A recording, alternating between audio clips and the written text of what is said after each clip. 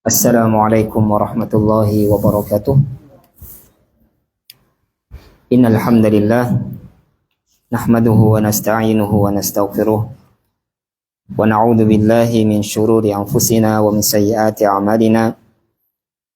May yahdihillahu fala mudilla lahu wa may yudlil fala hadiya lahu. Asyhadu an la ilaha illallah wahdahu la syarika lahu wa asyhadu anna Muhammadan abduhu wa rasuluh. Allahumma salli ala Muhammadin wa ala ali Muhammad kama sallaita ala Ibrahim wa ala ali Ibrahim innaka Hamidum Majid. Allahumma barik ala Muhammadin wa ala ali Muhammad kama barakta ala Ibrahim wa ala ali Ibrahim innaka Hamidum Majid. Amma ba'du. Alhamdulillah, segala puji dan syukur kita hanya kepada Allah Subhanahu wa taala yang kembali mengumpulkan kita dalam pertemuan yang semoga diberkahi oleh Allah Subhanahu wa taala. Perkumpulan di majelis ilmu, semoga kita mendapatkan ampunan dari Allah Subhanahu wa taala sesuai dengan janjinya, dan semoga Allah Subhanahu wa taala senantiasa menjaga kita, memberkahi pada umur kita, dan memberikan kepada kita ilmu yang bermanfaat, rizki yang berkah, dan amal yang diterima. Dan semoga kita bisa mengamalkan ilmu-ilmu yang kita dengarkan, yang kita dapatkan. Dan semoga Allah Subhanahu wa taala selalu meridhai kita. Amin ya rabbal alamin. Salawat serta salam kita aturkan kepada Nabi kita Nabi Muhammad sallallahu alaihi wasallam, kepada keluarga beliau, sahabat beliau, dan juga para pengikut beliau hingga akhir zaman. Hari ini kita melanjutkan kajian yang sudah rutin kita bacakan bergantian dengan ustadz-ustadz yang lain, yaitu kajian Al-Usul As-Salasah, 3 pondasi dalam agama Islam. Dan kita sudah mau menyelesaikan kitab ini. Kita sudah memasuki pembahasan tentang Al-Aslul Tsalis, fondasi yang ketiga, yaitu mengenal Nabi kita Nabi Muhammad sallallahu alaihi wasallam. Dan sudah juga kita pelajari sebagian dari perkara yang ketiga ini. Kita lanjutkan, dan kita hari ini berkaitan dengan pembahasan yang akan berkaitan dengan hijrah dan masalah-masalah yang lain setelahnya. Kita bacakan apa yang ditulis oleh Syekh Muhammad bin Abdul Wahhab rahimahullah. Qala al-mu'allif rahimahullah: wal hijratu al-intiqalu min baladi syirki ila baladil Islam. Wal hijratu faridatun ala hadhihi al-ummah min baladi syirki ila baladil Islam. Wa hiya baqiyatun ila an taquma as-sa'ah. Wa qala والدليل قوله تعالى إن الذين توفاهم الملائكة ظالمي أنفسهم قالوا فيما كنتم قالوا كنا مستضعفين في الأرض قالوا ألم نكن أرض الله واسعة ألم تكن أرض الله واسعة فتهاجروا فيها فأولئك مأواهم جهنم وساءت مصيرا. Kata beliau di sini, hijrah adalah berpindah dari negara syirik kepada negara Islam. Dan hijrah hukumnya fardu, wajib pada umat ini. Berpindah dari negara kesyirikan kepada negara Islam. Dan hukum kewajiban ini akan selalu ada sampai hari kiamat. Maka ini hukum wajib berhijrah dari negara kafir kepada negara Islam. Ini hukumnya wajib dan akan selalu ada kewajiban ini sampai hari kiamat. Artinya kewajiban ini tidak dinasakh, tidak dihapus. Dan dalilnya, kewajiban hijrah ini adalah Allah Subhanahu wa taala berfirman, Sesungguhnya orang-orang yang diwafatkan malaikat dalam keadaan menganiaya dirinya. Orang-orang yang diwafatkan dalam keadaan mereka menzolimi diri mereka sendiri. Malaikat bertanya kepada mereka, bagaimana keadaan kalian dulu? Maka mereka menjawab, kami dulu adalah orang-orang yang tertindas di negeri, di Mekah maksudnya. Maka para malaikat berkata, bukankah bumi Allah luas sehingga kamu dapat berhijrah di bumi itu? Orang-orang itu ditempatkan di neraka jahanam, dan jahanam itu seburuk-buruk tempat kembali, kecuali mereka yang tertindas, baik laki-laki ataupun wanita ataupun anak-anak yang tidak mampu, tidak ada daya dan upaya, tidak bisa berhijrah atau tidak mengetahui jalan untuk berhijrah. Maka itu mudah-mudahan Allah memaafkan mereka, dan adalah Allah Maha Pemaaf dan Maha Pengampun. Maka dari ayat ini kita bisa ambil faidah bahwasanya di sini disebutkan zalimi anfusihim, orang-orang yang wafat di negeri kafir, di negeri musyrik, yang mereka sebenarnya mampu untuk berpindah, mampu untuk berhijrah ke negeri Islam. Mereka yang wafat di negeri itu, maka mereka disebut dengan zalimi anfusihim. Mereka disebut menzalimi diri mereka sendiri. Padahal bisa berhijrah, padahal bisa berpindah. Kenapa mereka justru memilih untuk tetap di negeri kafir, tetap di negeri musyrik, yang mereka tidak bisa menjalankan agama mereka di sana, tidak bisa beribadah, masjid tidak ada, sholat Jumat tidak ada, bahkan kadang ada sebagian negara kafir yang melarang wanita-wanita muslim untuk menutup aurat. Maka hal yang seperti inilah yang mewajibkan mereka untuk berpindah. Jadi orang-orang yang hidup di negeri kafir, di negeri musyrik, yang mereka tidak bisa menjalankan ibadah, mereka wajib pindah tempat untuk menyelamatkan agama mereka, agar mereka bisa beribadah kepada Allah Subhanahu wa taala. Kalau mereka sebenarnya bisa berpindah namun tidak mau berpindah, nah mereka meninggal di sana, wafat di sana, maka Allah Ta'ala sebutkan apa? Zalimi anfusihim. Mereka adalah orang-orang yang menzalimi diri mereka sendiri. Sehingga Allah Ta'ala katakan apa? Ma'wahum jahannam wa sa'at masira. Tempat mereka adalah neraka jahanam, dan itu adalah seburuk-buruk tempat. Maka dari ayat ini apa? Hukum wajib berhijrah. Dari ayat ini bisa diambil bahwasanya berhijrah dari tempat yang kita tidak bisa beribadah.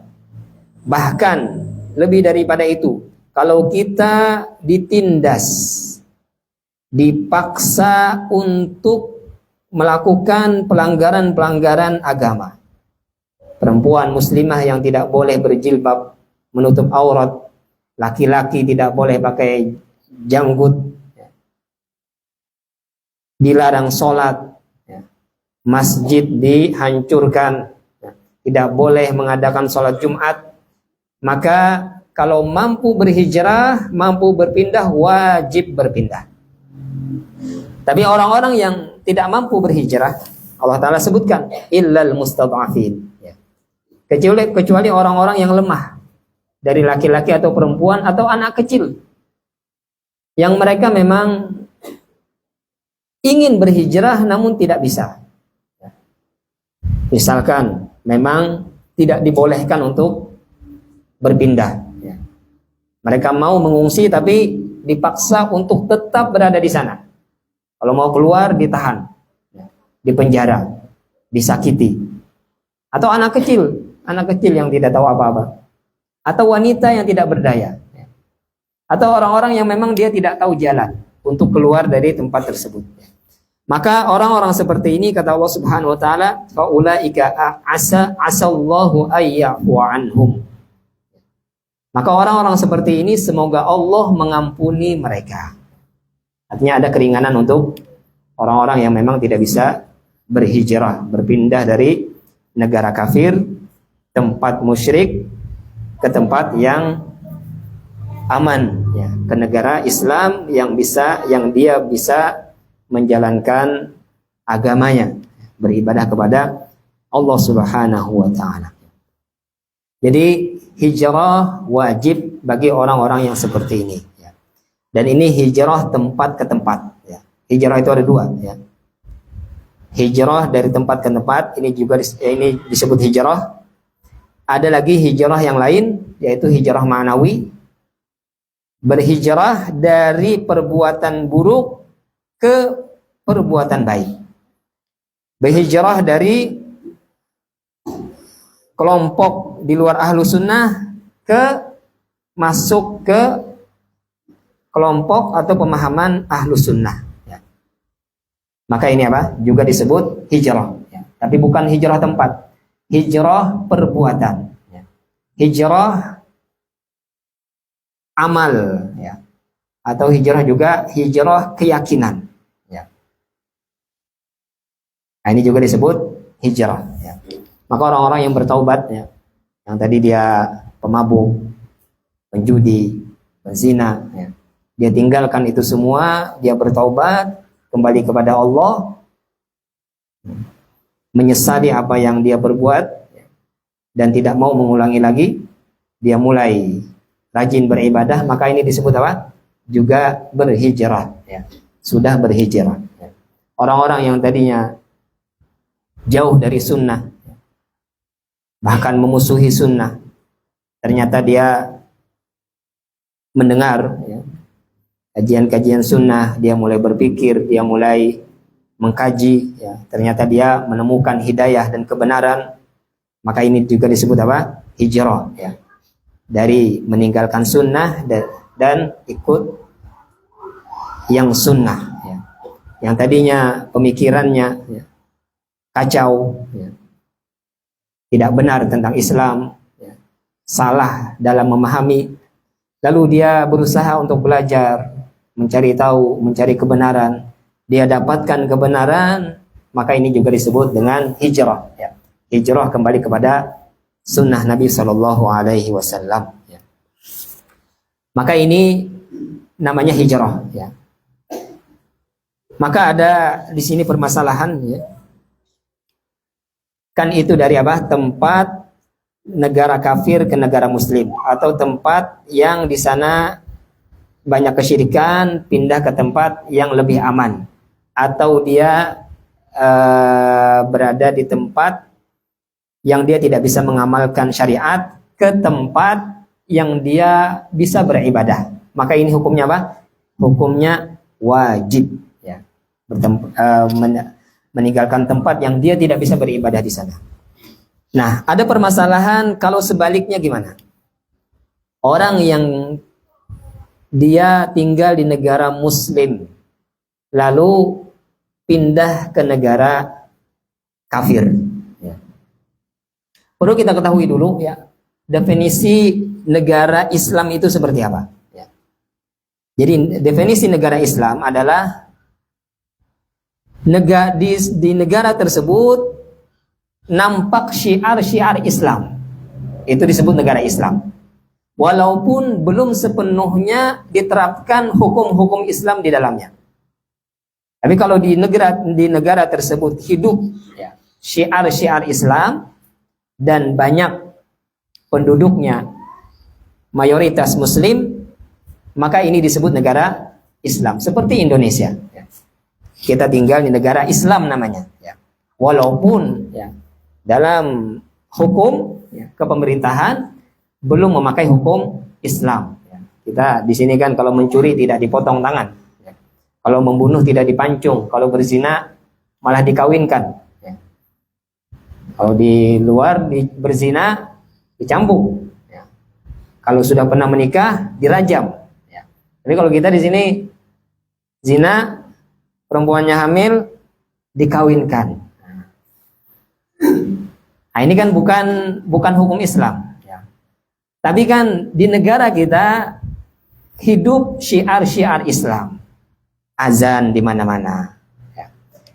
Bisa melakukan sholat Id, ya, di mana-mana. Ya. Orang Islam tidak dilarang untuk beribadah, dan mayoritas penduduknya Muslim. Ya. Nah, ini maka negara kita negara Islam dipimpin oleh pemimpin Muslim. Ya. Maka negara kita disebut negara Islam. Ya. Walaupun tidak sepenuhnya menerapkan hukum Islam. Ya. Yang namanya negara kafir apa? Penduduknya mayoritas non-Muslim. Ya. Dan di sana tidak nampak syiar-syiar Islam. Masjid hampir tidak ada. Ada hanya sekedar syarat saja. Kadang orang bikin masjid ya, di suatu negara kafir, ya. Dia bikin masjid hanya sekedar syarat saja, menunjukkan kerukunan beragama saja. Jadi masjid hanya 1, 2 selesai.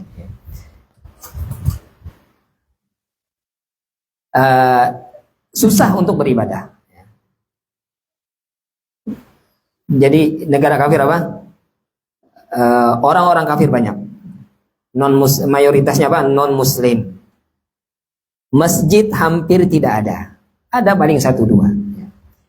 Dan susah untuk beribadah. Mencari makanan halal itu susah. Ada makanan harus nyari betul-betul yang ada halalnya. Ya. Restoran harus berhati-hati, ya. Milih-milih makan di restoran, ya. Karena masing-masing ada pilihan babinya, ya. Sate babi, gulai babi dan lain-lain, ya. Nah, ini kan tidak aman, ya. Nah, ini negara kafir namanya.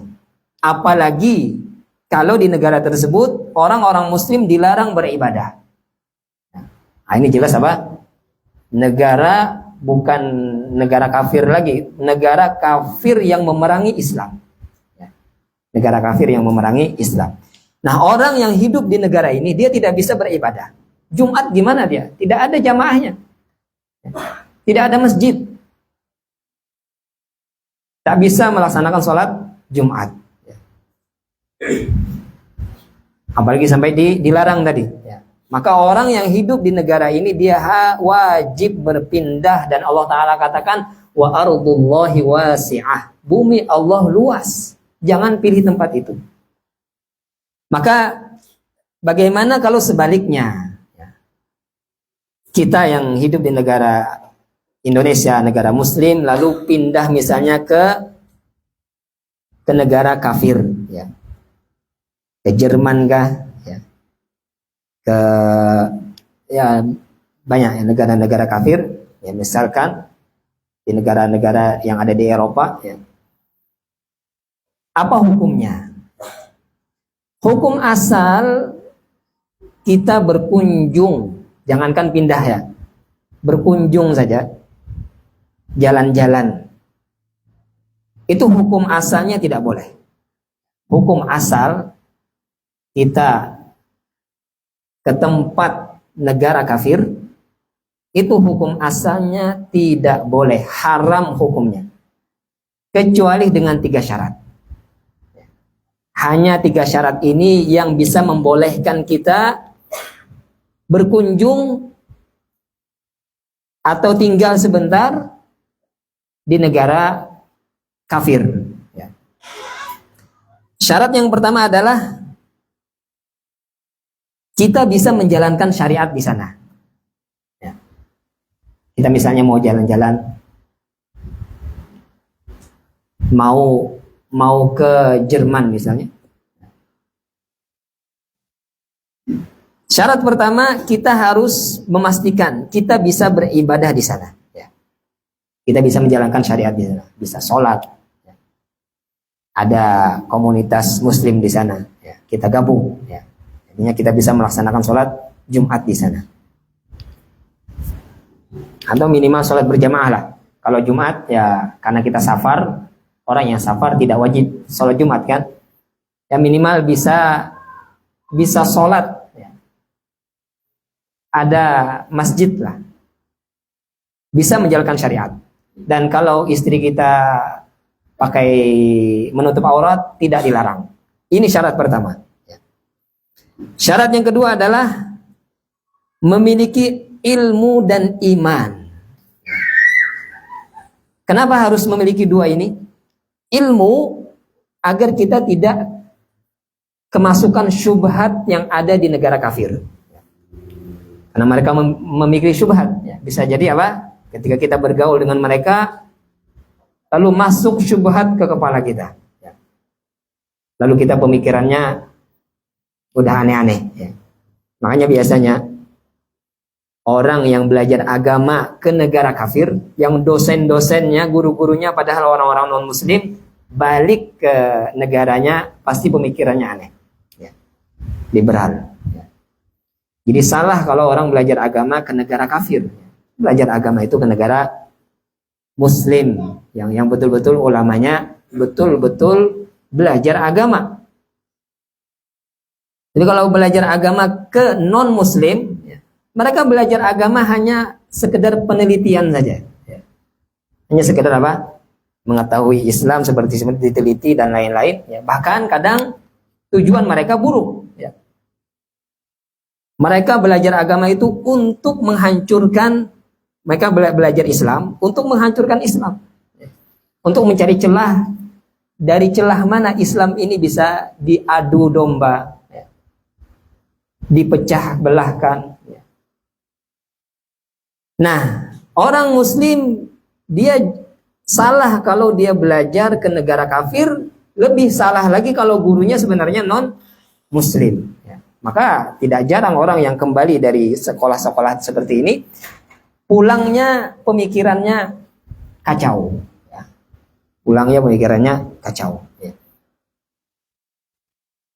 Jadi ini perlu ilmu, ya. Maka perlu ilmu untuk menangkal syubhat, dan perlu iman untuk menangkal syahwat. Jadi dua ini diperlukan. Ilmu diperlukan untuk menangkal syubhat, dan iman diperlukan untuk menangkal syahwat.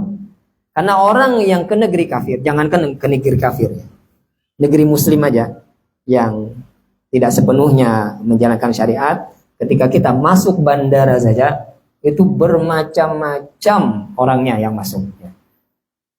Perempuan-perempuan yang berpakaian setengah badan, ya. Itu banyak sekali di bandara, ya. Yang datang, yang masuk orang Cina, masuk orang Eropa, ya. Apalagi di kota-kota metropolitan, ya, di Jakarta, ya, yang banyak dikunjungi oleh orang-orang asing, ya. Kalau tidak ada iman, bahaya, ya, bagi syahwat kita, ya. Apalagi di negara kafir, bir, minuman keras diizinkan, seperti air minum, air putih, ya, dijual bebas, ya. Maka untuk menghadapi ini apa? Perlu keimanan, ya. Perlu keimanan. Ini syarat yang kedua, ya. Syarat pertama tadi apa? Kita pastikan di sana kita bisa beribadah kepada Allah. Syarat yang kedua, kita persiapkan iman dan ilmu dan iman. Syarat yang ketiga, memiliki kebutuhan untuk memasuki negara tersebut. Seperti belajar misalnya, ya. Belajar ilmu kedokteran misalnya. Sudah tingkat tahap profesor misalnya. Tidak ada lagi guru yang ahli di negaranya, dia harus belajar lagi, ya, kepada guru yang lebih ahli, dan itu hanya ada di Jerman misalnya, hanya ada di Eropa, boleh atau tidak dia ke sana? Boleh, karena ada hajat, ada kebutuhan. Atau seperti berobat, orang sakit, sakitnya parah, harus dioperasi, tapi dokter ahlinya tidak ada di Indonesia, ada di Singapura, ada di Jerman, dan alatnya pun tidak ada kecuali di sana. Boleh atau tidak dia ke sana? Boleh, karena ada hajat. Atau untuk berdakwah, untuk berdakwah. Seseorang dikirim untuk berdakwah, menyebarkan Islam, maka ada hajat. Tapi tadi apa? Syarat yang dua pertama tadi harus dia perhatikan. Atau utusan negara, utusan presiden diutus untuk menghadiri rapat, menghadiri perkumpulan, dan lain-lain, atau yang lainnya. Intinya ada hajat. Kalau tidak ada hajat, maka tidak boleh berarti. Hanya sekedar jalan-jalan, berarti tidak boleh. Walaupun dua syarat pertama tadi sudah terpenuhi. Dia tahu di sana bisa beribadah. Dia juga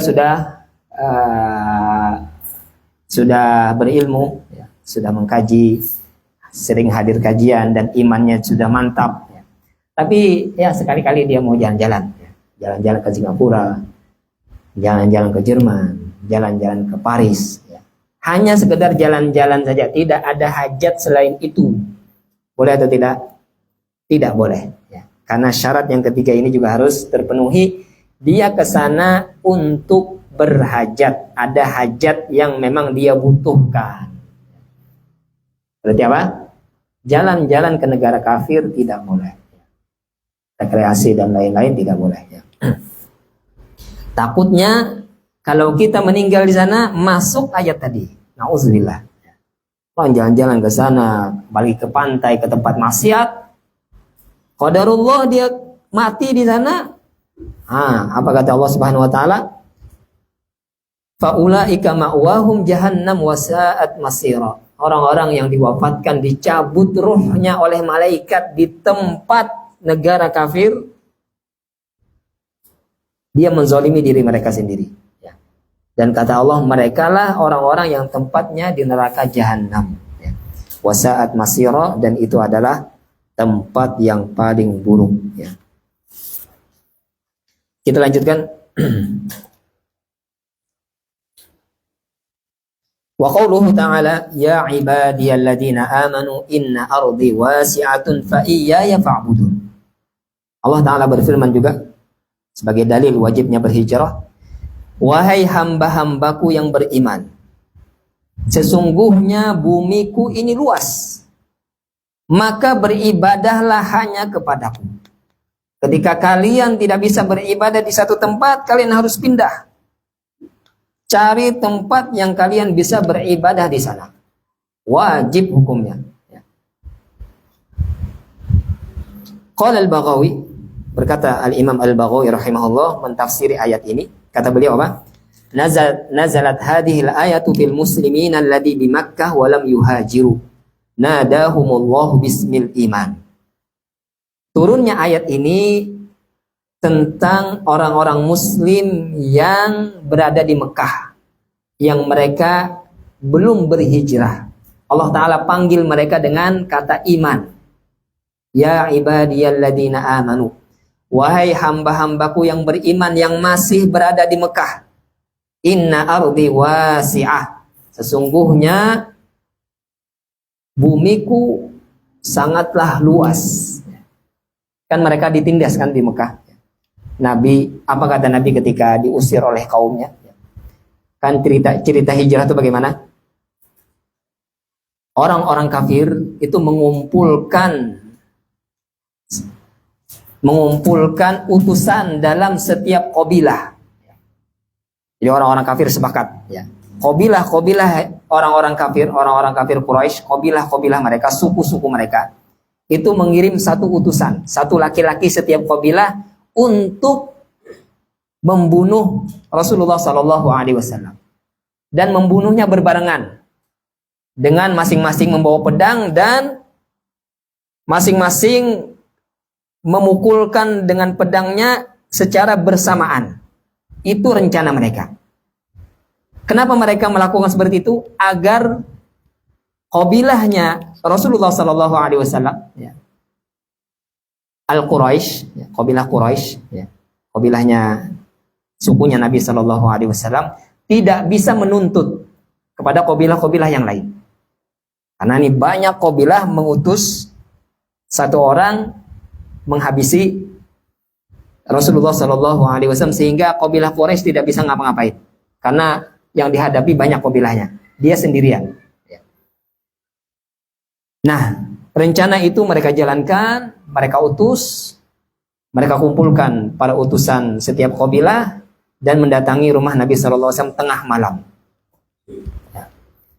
Tengah malam mereka mengepung rumah Nabi Sallallahu Alaihi Wasallam, dan Nabi sebelumnya mendengar berita tentang itu. Maka Nabi Sallallahu Alaihi Wasallam memerintahkan agar Ali bin Abi Thalib yang menggantikan beliau tidur di kamarnya. Nah, orang-orang yang mengepung tadi, mereka kira yang tidur di kamar itu adalah Rasulullah Sallallahu Alaihi Wasallam, sehingga mereka menunggu waktu yang tepat untuk bergerak. Mereka tunggu perintah, baru mereka menjalankan misi mereka. Nah, Nabi Sallallahu Alaihi Wasallam sempat kabur, dan mereka Allah Ta'ala jadikan mengantuk dan tertidur ketika mengepung rumah Nabi Sallallahu Alaihi Wasallam. Ketika hampir subuh, mereka terbangun dan mereka bersegera untuk memasuki kamar dan membuka selimut dan ingin menghabisi yang tidur di situ, yang mereka kira Rasulullah Sallallahu Alaihi Wasallam. Ternyata setelah dibuka selimutnya, ternyata Ali bin Abi Thalib, ya, radhiyallahu taala anhu. Mereka langsung kaget, ya. Oh, ternyata bukan Rasulullah Sallallahu Alaihi Wasallam, ya, bukan Muhammad ternyata. Ternyata Rasulullah sudah berhasil kabur, ya. Sudah berhasil keluar dari kota Mekah, ya. Dan mereka kejar, ya. Mereka kejar Rasulullah Sallallahu Alaihi Wasallam, ya. Yang akhirnya hampir ketemu di Gua Sur namanya.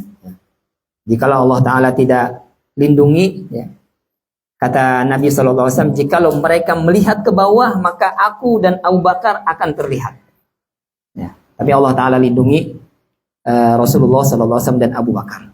Apa kata Nabi ketika itu? Ketika diusir oleh kaumnya, ingin dibunuh malam itu, dan Rasulullah terpaksa meninggalkan kota Mekah. Apa kata Nabi Sallallahu Alaihi Wasallam? Nabi mengatakan, wahai Mekah, sesungguhnya engkau adalah tempat yang paling saya cintai. Jikalau tidak kaumku yang mengusirku, aku tidak akan meninggalkanmu. Jikalau Nabi tidak akan dibunuh, Nabi tidak akan meninggalkan kota Mekah. Karena kota Mekah, kota yang paling dicintai Allah dan Rasulnya. Maka beliau terpaksa berhijrah. Dan dari sini juga Syekh Al-Albani beliau berfatwa, kalau orang-orang Palestina, mereka ditindas di sana, dibunuh, nyawa itu tidak ada lagi harganya. Mereka dibikin lapar di sana. Maka alangkah baiknya, kata beliau, mereka tinggalkan kota Palestina. Karena Nabi melakukan seperti itu. Nabi cinta dengan Mekah, tapi karena terpaksa tidak bisa menjalankan agama, ingin dibunuh, ya terpaksa ditinggalkan. Maka kata Syekh Al-Albani, kalau memang tidak bisa melawan, orang muslim sedikit tertindas, dibikin lapar, nyawa tidak ada harganya. Palestina iya memang negara tempat yang mulia. Masjidil Aqsa memang masjid kaum muslimin, harus dijaga.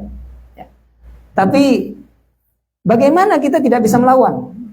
Muslim sedikit terpecah belah. Nyawa kaum muslimin tidak ada harganya di sana. Perempuan-perempuan dihinakan di sana, anak-anak dilukai, nyawanya tidak berharga, ya. Maka kata Syekh Al-Albani, alangkah baiknya mereka apa? Tinggalkan kota itu, ya. Tinggalkan kota itu dan berusaha untuk melakukan rencana, kumpulkan kekuatan, satukan kaum muslimin. Kalau sudah bersatu, rebut lagi Masjidil Aqsa, ya. Rebut lagi negara Palestina, ya. Coba Masjidil Aqsa dengan Masjidil Haram, kota Palestina dengan kota Mekah, muliaan yang mana? Lebih mulia Masjidil Haram, lebih mulia kota Mekah. Tapi Nabi meninggalkannya karena terpaksa. Dan orang-orang Muslim yang ada di Mekah disuruh untuk berhijrah. Kenapa? Karena mereka tidak bisa menjalankan agama di sana. Mereka disakiti, dizalimi, dihinakan di sana. Maka Allah Ta'ala perintahkan mereka untuk berhijrah, tinggalkan kota Mekah. Walaupun itu kota yang Allah Ta'ala cintai, Rasulullah cintai, tinggalkan. Karena kalian tidak bisa beribadah di sana. Apalagi kota Palestina, Masjidil Aqsa, ya. Orang kadang dengar fatwa ini, dia, wah ini fatwa orang mau berjuang malah dihalang-halangi, atau ini malah mendukung Israel. Enggak, ya. Fatwa seperti ini dalilnya kuat, menyelamatkan nyawa muslim. Dan kata Nabi SAW apa? Satu nyawa seorang muslim itu lebih berharga daripada dunia dan seisinya. Dunia dan seisinya. Di dunia ini ada Mekah, ada Madinah, ada Masjidil Aqsa. Satu nyawa kaum muslimin, orang mukmin, itu lebih berharga daripada dunia dan seisinya. Jadi kita lebih menghargai nyawa daripada tempat. Maka kalau kita tidak bisa memang melawan, ditindas, dibikin kelaparan, ya, pembunuhan di mana-mana, ya, satu bom langsung yang mati ratusan, ya, tidak bisa, ya. Maka tidak ada jalan yang lain, ya. Kita diperintahkan untuk beribadah, ya. Wa ardullahi wasi'ah, bumi Allah luas. Maka kalau bisa berhijrah, wajib berhijrah.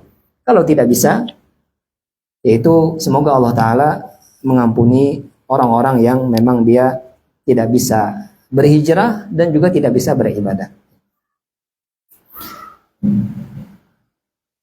Allah Ta'ala, namun Allah Ta'ala di ayat ini, kata beliau, masih memanggil mereka dengan nama iman. Artinya walaupun mereka meninggal dunia di negara kafir, namun mereka masih beriman. Artinya kesalahan itu bukan kesalahan yang mengeluarkan mereka dari iman, dari Islam, ya. Mereka memang disebut apa? Orang-orang yang menzalimi diri mereka sendiri. Orang-orang yang melalaikan kewajiban. Tapi mereka masih beriman. Artinya masuk neraka sesuai dengan kesalahan yang mereka lakukan. Kalau Allah Ta'ala maafkan, atau Allah Ta'ala bersihkan kesalahannya di neraka, maka setelah itu mereka akan dimasukkan ke dalam surga, ya.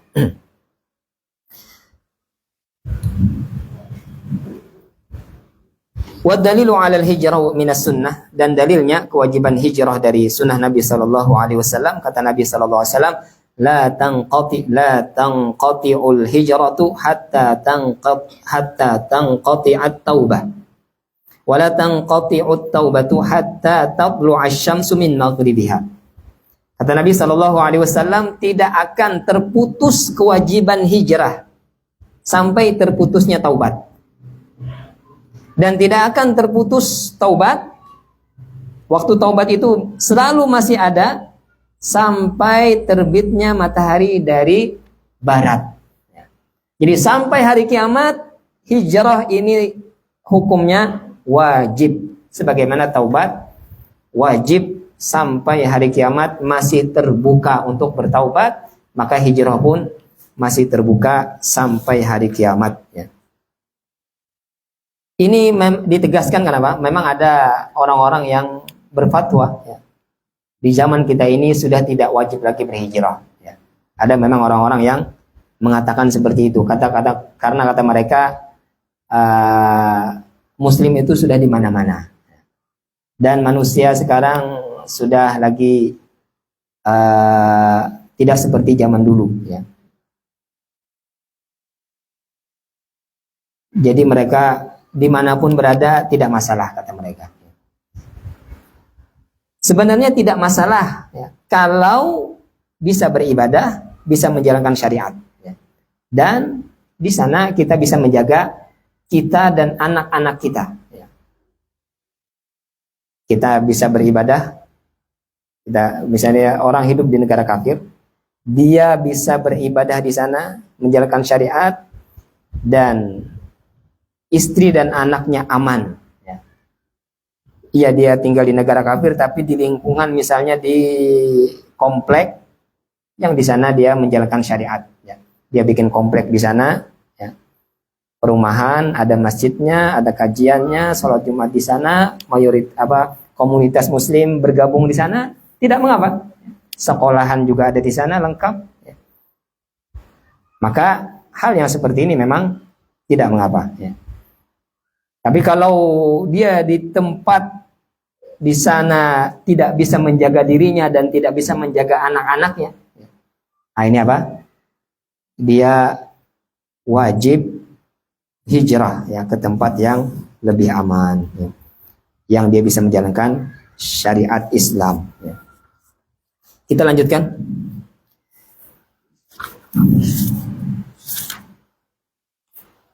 Falamma istaqarra fil Madinah umira bi baqiyati syara'il Islam mithlu zakah was shaumi wal haji wal adhan wal jihad wal amri bil ma'ruf wan nahyi 'anil munkar wa ghairi dhalika min syara'i Islam. Akhadha 'ala hadha 10 sinin wa tuwfiya salawatullahi wa salamuhu alaihi wa dinuhu baqin wa hadha dinuhu la khaira illa dallal ummata alaihi wa la syarra illa hadzara minhu. Wal khairul ladzi dalla 'alaihi at-tauhid wa jami'u ma yuhibbuhu wa yardah. Wasyarrul ladzi hadzaraha minhu asyirk wa jami'u ma yakrahuhu Allahu wa ya'ba. Ketika Nabi Shallallahu alaihi wasallam berhijrah ke Madinah dan tinggal di sana di Madinah, maka Allah taala mulai memerintahkan syariat-syariat yang lain. Ya. Seperti zakat, puasa, haji, adzan, jihad, amar ma'ruf, nahi mungkar, dan selain yang itu. Allah Ta'ala menurunkan berangsur-angsur, ya, bertahap dalam menurunkan syariat. Ya. Dan Nabi Shallallahu Alaihi Wasallam tinggal di Madinah 10 tahun. Ya.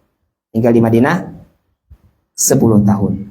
Dan sampai beliau diwafatkan di Madinah di kamarnya Aisyah radhiyallahu taala anha.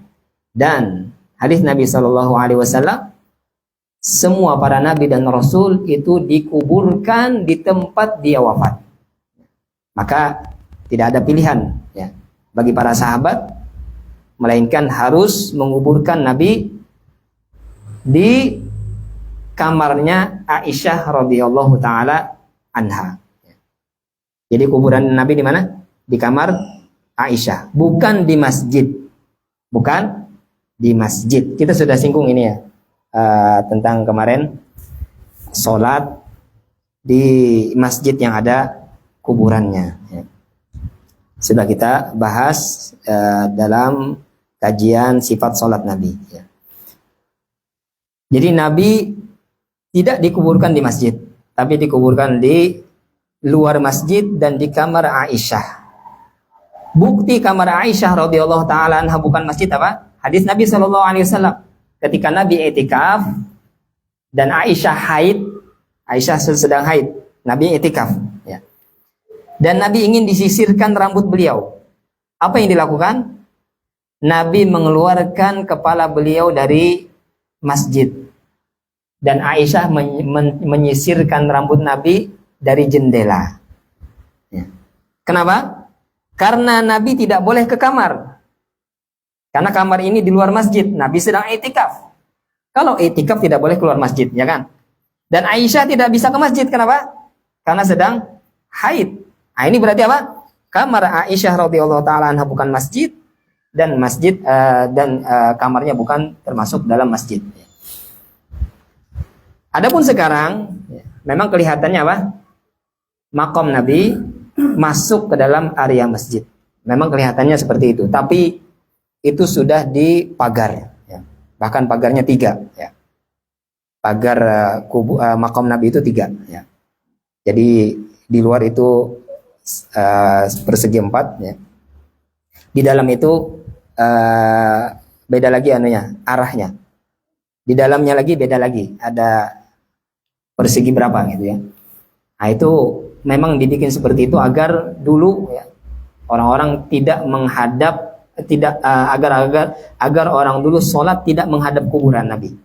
Jadi dibikin pagarnya itu melenceng ke arah kuburan, ya. Kalau orang menghadap pagar misalnya, itu bukan menghadap kubur, karena di dalam itu posisi pagarnya berbeda-beda, ya. Jadi sampai sekarang pun area makam Nabi itu bukan masjid. Jadi misalnya ada orang yang bisa masuk makam itu, dia itikaf di sana. Sah atau tidak itikafnya? Tidak sah. Karena itu sampai sekarang bukan bagian dari masjid, walaupun sudah masuk ke dalam masjid, ya. Seperti itu. Jadi tidak boleh berhujah dengan makam Nabi lalu seseorang menguburkan keluarganya atau gurunya di masjid. Ini orang soleh, ya. Dia yang berjasa, dia yang bikin masjid, ya. Maka bentuk penghormatan kita kepada dia, kita kuburkan dia di dalam masjid. Boleh ini. Kenapa? Karena Nabi dikuburkan di dalam masjid. Betul atau tidak hujahnya ini? Tidak benar, ya. Karena Nabi dikuburkan di luar masjid. Dan Nabi pun sebenarnya dikuburkan di sana memang perintah Allah. Karena setiap Nabi dan Rasul dikuburkan di mana? Di tempat dia wafat. Nah, adapun orang soleh, siapa yang memerintahkan dia harus dikuburkan di dalam masjid?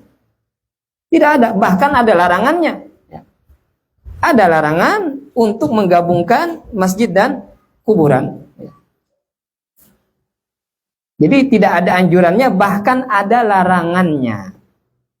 Jadi ini dua perkara yang tidak bisa dikiaskan, tidak bisa disamakan. Nabi itu dikuburkan di sana karena perintah Allah, dan masjidnya pun tidak bisa dipindah karena Allah yang menentukan di situ. Adapun orang soleh lalu dia berkubur di masjid, siapa yang perintahkan? Atau kuburan duluan lalu dibangun masjid di sana, siapa yang perintahkan harus bikin masjid di situ? Adapun makam Nabi dan Masjid Nabawi memang itu Allah yang menentukan sudah. Jadi dua perkara yang sangat berbeda itu tidak bisa dikiaskan. Orang kalau dia mengambil hukum kias itu betul-betul sama, ya. Betul-betul memang sama, baru hukumnya sama. Tapi kalau perkara yang berbeda dia tidak bisa dikiaskan, tidak bisa dihukum sama. Seperti itu.